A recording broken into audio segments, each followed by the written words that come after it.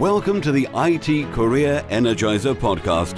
For anyone who wants to build and grow a career in IT, develop and improve your strengths and skills, be inspired and motivated by the successes of others, manage your career progression, and achieve your IT career goals.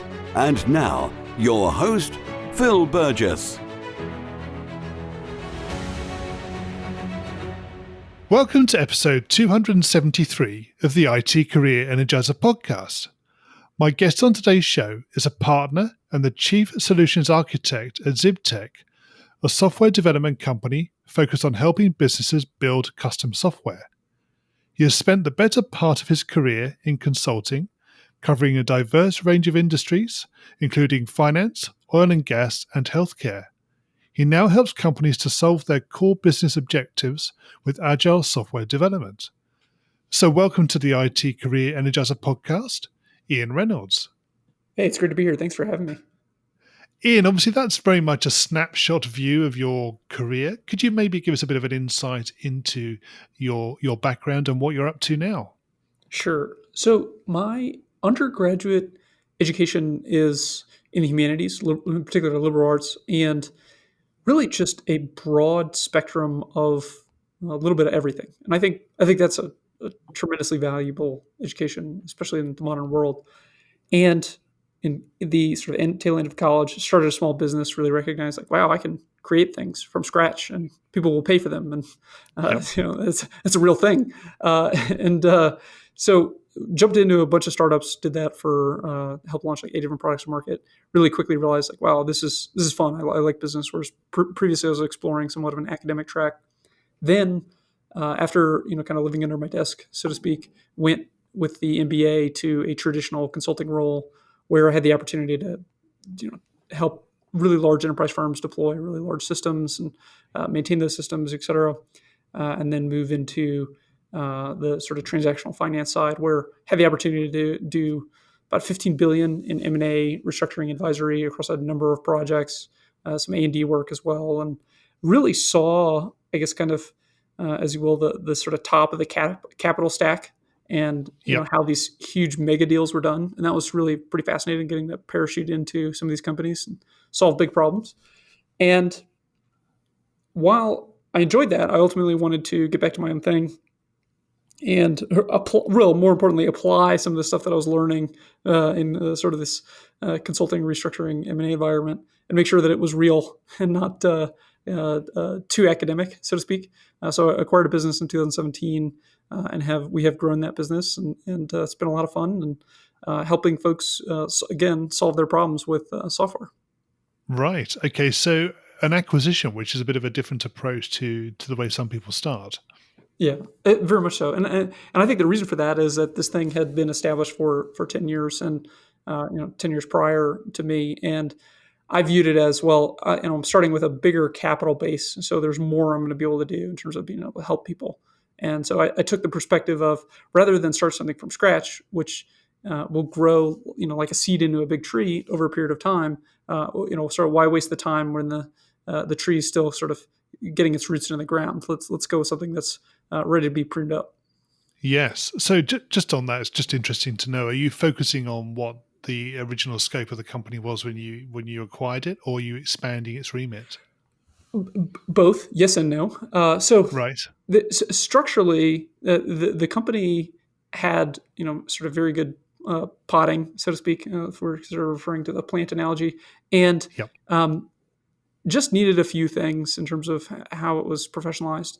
So I had to put in an HR department, put in a marketing department, put in a better sales department, start doing training. So now we do training every Fridays with our engineers, our project managers, and senior staff, and some other things. And that effort took a couple years, and it was just kind of tackle one problem at a time.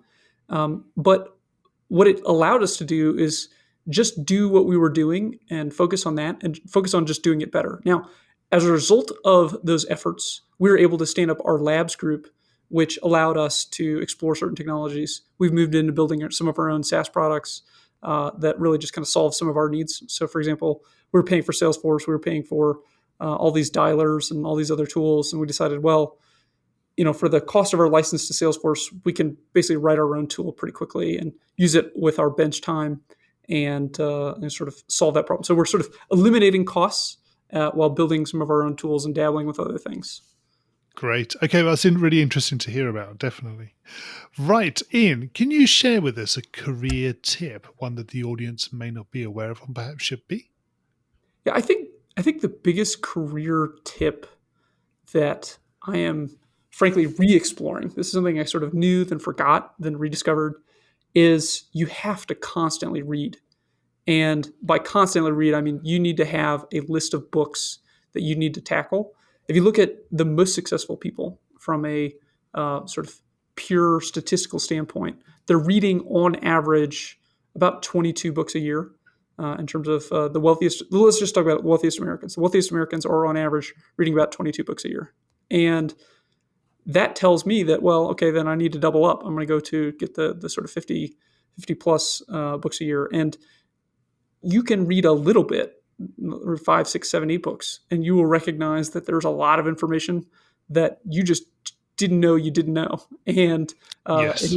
so I think that's single-handedly the best tip that I can think of in the near term, because you really are not doing yourself a service if you're not constantly learning. Right. So do you have a sort of a diverse set of books that you read? So not specifically necessarily IT books? Very much so. So I have a spreadsheet that I keep, and it's says my to-do list basically, and it's bigger to-do items. And in that list, I have a list of, I hear a book or hear a title, and I'll have a list, and I prioritize by high, medium, low in terms of interest, and I'll just put it in that list, and I'll just pick something out that seems interesting, and just go through it. So variety of things. So I've read things from everything from Stephen Hawking recently to a little bit of sci-fi. So I've been kind of in the space realm. I've done some autobiographies. So Richard Branson's autobiography was last week, and just all over the map in terms of what I'm getting. I was rereading some Tom Sawyer, Huckleberry Finn. Just yes. get a little bit of everything. And but the idea is consistency. And if I'm doing it aggressively and very intentionally, then I'm going to get through a lot. And that has paid dividends like you would not believe. Yeah. Good. Okay. Ian, can you tell us about your worst career moment and what you learned from that experience? Probably worst career moment was one of my first jobs out of college. And first I was interning, then I was a paid intern, then I was sort of hired on. And there was an employee who very, very otherwise, very nice person, and was having some behavioral problems and was kind of like taking that out on the office staff. And I just felt like, I can't handle this. So I just sort of turned in my resignation. And I don't think that was the right thing to do, actually, in terms of kind of backing down from the situation. I think I should have really sort of said, hey, how do we solve this within the business context and move past it and sort of deal with these problems.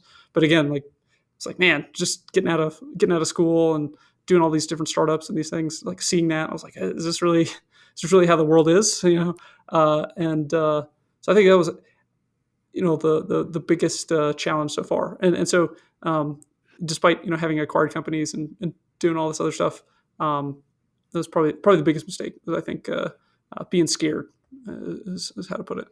Yeah. So in terms of how you deal with those situations now, are you able to sort of take a step back, if you like, and try and evaluate the situation before making those sorts of decisions?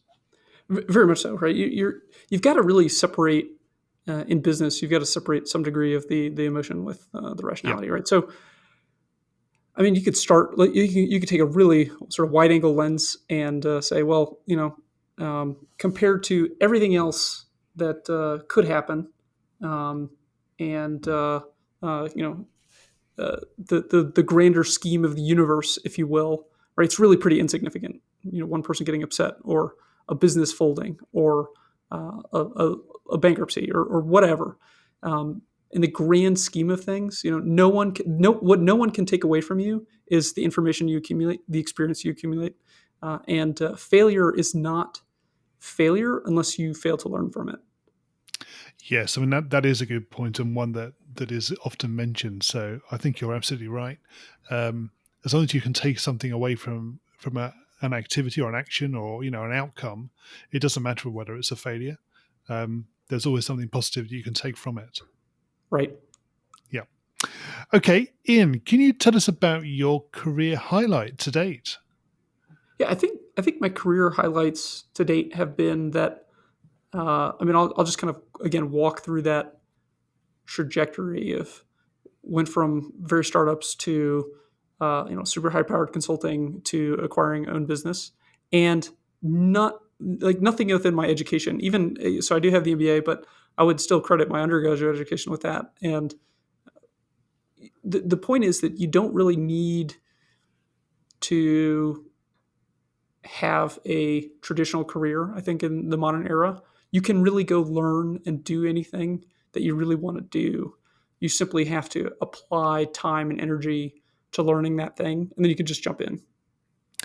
No, I was just thinking the same thing. It's about being deliberate, as you said earlier, actually, about when you're reading books, but having that sort of positive view and mindset about doing something. I think it's about being deliberate about it.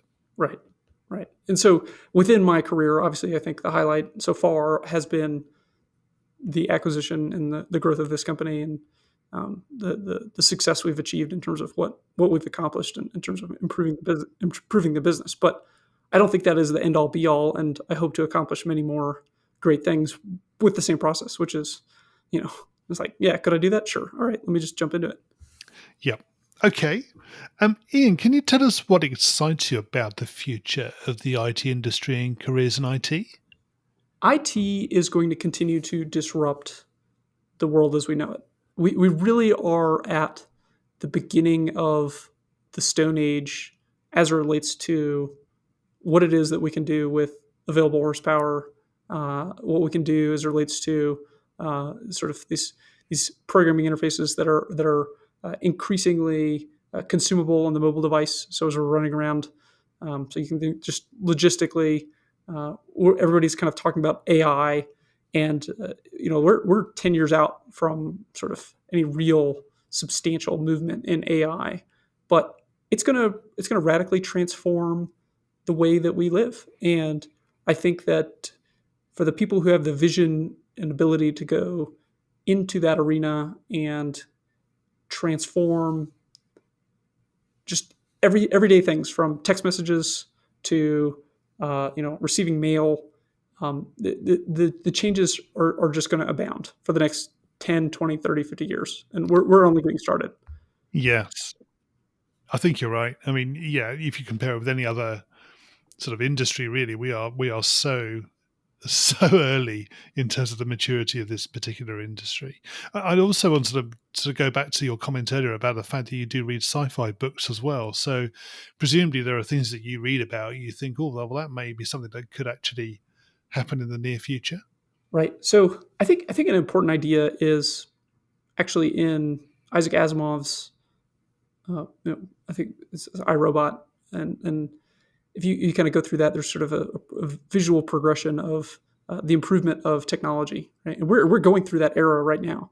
In that case, it's sort of these physical devices, these Android robots, as they become more sophisticated. Well, the tools we're using on a day-to-day basis are becoming more sophisticated, and sort of the same parallels. But at the end of the book, effectively, you have a computer that is able to make a computer better than itself, or better than people are able to create. And you get this self-generative technology. Well, if you look at capitalism, you look at economics generally, it is a set of ideas just crashing against each other with the best ideas winning out. And if technology is going to accelerate our ability to create new things, which it is, and the cost of creating those things is going to come down because they're not capital intensive projects, which they are, then we will eventually be able to get to a point where we're able to create new things by having these things create themselves. And I think that's probably like the highest end sort of sci-fi idea I think you can talk about. But I think we're moving towards a much better and equitable society because human beings are great at creating tools, and we're just going to create better and better tools, and everybody's just going to live better. Yep, it will be interesting. I don't know whether it will be within our lifetime, but I'm sure the advances will be coming, definitely. Okay, we're going to go into the reveal round now. We're going to find out a little bit more about you and the way you think. Are you ready for this? Let's go for it. So what first attracted you to a career in IT? I think it's just what we're talking about. The change in the world is so rapid and so available that you want to see new things. You want to be on the bleeding edge of those things, and you want to help. And what is the best career advice you've ever received? Don't be afraid to try new things. Yeah, I think you're definitely right there. Slightly harder, possibly. What is the worst career advice you've ever received? Probably don't stick out. Don't put your leg out there in terms of raising your opinion. Right, fall in line. Yep. So do you apply that within your company as well? Yeah, I mean, we try to keep the organization very flat, and we really do look at you typically you have this role of employee, but you really just look at them as a peer. And I mean, I sit in the middle of the floor of the office because I don't want people to think that my role is more important than what it is that everyone else is doing. That's why I sit in the middle of the office. I don't have a formal office per se. If you were to begin your career again in today's world, what would you do? I would probably, all else being equal, try to figure out how to get into business acquisition earlier. Yep. And what career objectives are you currently focusing on? Currently, I think it's actually expanding knowledge of particular subjects. So in this case, it's some banking, legal, and finance items, and just kind of understanding how a certain component of the capital market works. And I think once I sort of fully understand that, I'm either going to say, okay, that was interesting, let me go learn something else, or I'm going to try to do something within that arena. What's the number one non-technical skill that has helped you in your career so far? Focusing on skills that enhance emotional intelligence. So emotional intelligence is something that can be improved upon, and I think you can read about and improve those things. And I came from someone who was very much an introvert, but I can be an extrovert when I need to be. Yes. And what do you do to keep your own career energized? I think I dialogue with family and friends and kind of get perspective. I try not to compare myself to people because I think obviously I haven't lived their experience, they haven't lived my experience, and comparisons are unhelpful. But talking with people about what they're doing and why they're doing it, and ask them questions about what do you think I should do, has been probably the most helpful thing to keep my career energized. And what do you do in your spare time away from technology? Reading. I mean, just like we talked about, I'm just aggressive reading. Good. Okay. Ian, can you share with us a parting piece of career advice? I think that the parting piece of career advice that I would leave is don't compare yourself to others. Compare yourself to yourself and push yourself to see what it is that you can do. Yeah, great. Ian, what's the best way we can find out more about you and connect with you? Yeah, best way to find out about me is check out the Zibtek site, www.zibtek.com. We have a bunch of articles there, blogs, etc. Some of my writings, but then connecting with us, email hello@zibtek.com, and I see and respond to those. Great, excellent. Ian, thank you so much for joining me on the podcast today. It's been great chatting with you. Hey, it's been great to be here. Hi, Phil here again. Now, if you thought about being a guest on the show yourself, or you have somebody in mind that might be a good guest, please do let me know.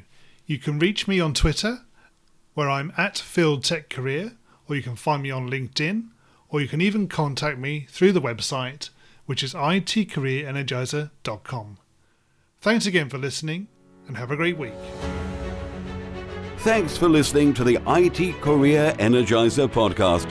To find out more about building a successful career in IT, visit itcareerenergizer.com.